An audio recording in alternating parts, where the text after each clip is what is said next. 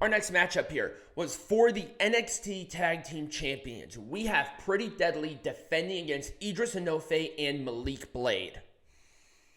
I so desperately wanted this match to be good. I did.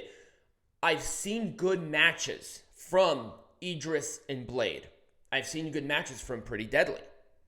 And I think both of the teams have good dynamics that really lend well to the future of this brand.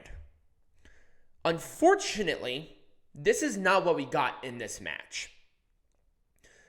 The rivalry felt rushed and very not important. I didn't even know that this title match was happening until last week. The match itself was kind of sloppy. Stuff was missed, stuff was mistimed, and some of the false finishes didn't really feel like false finishes. Also botches. There were a couple of botches that were too egregious to ignore or forgive. And that's unfortunate because like I said, they pulled off good matches. And also the other issue was that the crowd really wasn't too into this match. I've seen them a lot more invested into other matches that involve these teams. And unfortunately, they just kind of put themselves in this position.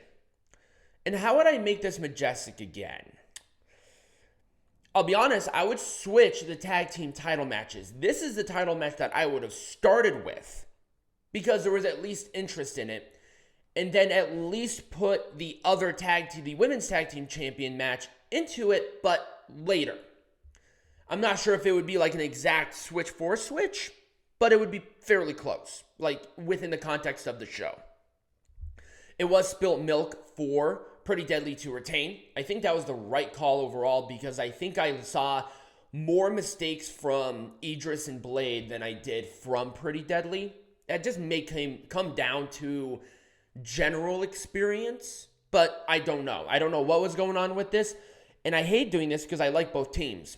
And maybe they'll do a better match in the future given what happened in the match. So I'm going to give it an Orange Cassidy thumbs up. I'm trying to be nice there.